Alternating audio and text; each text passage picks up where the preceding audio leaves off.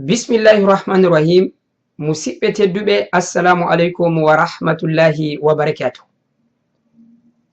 Haray mi salmini on nokku kala ka wonɗon, miɗo toro kadi Allah haray hiɗon e jam. Haray komi suɓani en ɗo yewtugol en ɗo hande koko hitti ko hani famugol, ko hani woɗagol ma hutorgol si tawi wodi ko wasiya e mum. Haray koko yoɓoyti, haray koko yowodiri e tooñe ma toñugol. Haray hiɗen andi dina men kan hino haɗi ɗum. Nulaɗo sallallahu alayhi wa sallam maki azulmu zulumatun yawma alqiyama. Tooñe haray ko niɓe ñande dangal. Ko woni noon toñugol ko bagagol goɗɗo, woni ka wonki makko, woni ka jawdi makko, woni ka dimu makko, ma woni ka huwodiral e makko. Haray jatta haqqe makko on, ma yeeba haqqe makko on, ma wallito ha haqqe makko on yeebo. Haray yo allahu on dandu en toñugol ma toñidirgol, haray ko hunde hanude rentade e mum. Joni noon si goɗɗo toñima musidɗo, haray ko honno warata ma, haray ko honɗum woni ko hananma, ma ko honɗum marɗa e mum. Haray hiɗa mari gotel e piiji tati. Go'ago on musidɗo tedduɗo, haray ko ya addu'o e hoore makko, huɗugol mo. Nulaɗo sallallahu alayhi wa sallam maki ittaqu da'wata almadhlum fa innahu laysa baynaha wa bayna allahi hijab. Haray hule rentoɗon e noddandu e du'a e huɗande toñaɗo, haray hakkunde mum e Allah heedo wo ala.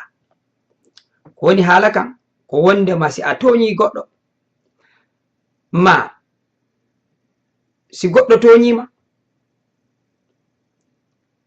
o du'ike e hoorema, ma a du'ike e hoore makko, haray hande kadi on du'a o jaboto. Joni noon toñaɗo woni ko julɗo, woni ko kefero, si o huɗi toñuɗo mo on, haray jaboto. Ko sa'i hombo noon ɗum ɗon waɗata? Haray goɗɗo anda ɗum ɗon haray ko e gandal Allah ɗum ɗo woni ko hertori.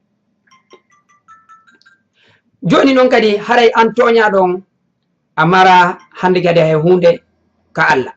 Haray ɗum ɗon ka aduna ga Allahu on waɗay on ɗon ko du'iɗa kon e hoore makko ka gurdam makko. Ɗimmum ɗum musidɗo tedduɗo, haray ko wota a du'o e hoore makko ka aduna ga, acca hettoygol haqqe ma on ka lahara. Kono ɗum no wonirta, Allah on daali wa jaza'u sayyi'atin sayyi'atun mithluha. Haray ko woni joddi bone ko bone kadi yeru makko. Haray ko wondema ñande dargal kadi toñuɗo ma on, Allah addu e on ɗiɗo noon, haray landituɗa haqqe ma on Allah on jonite. Si tawi toñuɗon himo juuluno, ma himo zakkuno, ma himo wanno moƴƴere, Allah on ƴetta ka moƴƴereji makko o watta ka moƴƴere ma. Si tawi noon toñuɗon o mara moƴƴereji, Allah on ƴetta ka bonɗima, ma ka bonɗi toñaɗon ɓeydana oya e hoore boneji makko ɗi. Ko ɗum haray dargal mo kala hettay haqqe mum none no woniri. To muradu non ko addu on folata nden ñande ko on ala. Nden andi Pular wi'i ko addu sukki wo ala folay, kono ñande dargal ko addu on woni ko folata. Haray noon a hettoyay haqqe ma on haray ñande dargal. toɓɓere tammere nden e sakkitorde nden musidɗo tedduɗo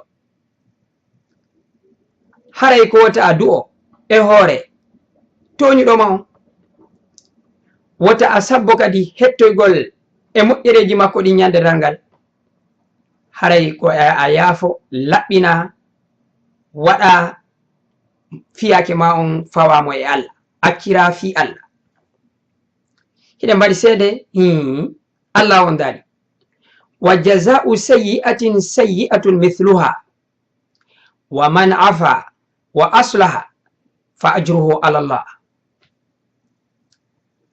Joddi bone ko bone yeru makko ko to wono yaafiɗo o moƴƴini o laɓɓini ɓernde makko nden haray joddi makko ndin ko Allah fawi. Joni nda heɗen andi si tawi joddi goɗɗo woni hara koye Allah woni ko ndi fawi en andi Allah honno mari moƴƴereji ɗi haɗata moƴƴereji ɗi lannata. Allah on no yewti en fi aljannatul firdaus jannatul firdaus mo yewti e moƴƴereji boyila hara e aljannaji o inna en jannatun tajri min tahti al anhar khalidina fiha abada.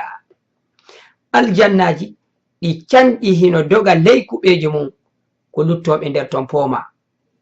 Haray toɓɓere sakkitorde nden ko ndeɗo haray ko ya accira fi Allah haray joddi ma ndin wona ka Allah haray ko ɗum ɗon ɓuri e mawnude. Haray ko ɗeɗo toɓɓe tatuy wonande woni haqqe toñaɗo e hoore toñuɗo. Mi ɓure tan inade ko sakkitoro on ɓuri yajude ko sakkitoro on ɓuri e moƴƴude. Haray ɓeyden yafondirgol ɓeyde yañugol fondoji ɗin ɗuyten huwodiral bongal ɗuyton kadi accen toñidirgol. Haray mi salmi noon wa hawano ɗo haray wassalamu aleykum wa rahmatullahi wa barakatuh. Haray ko min ɓuriya on jarama.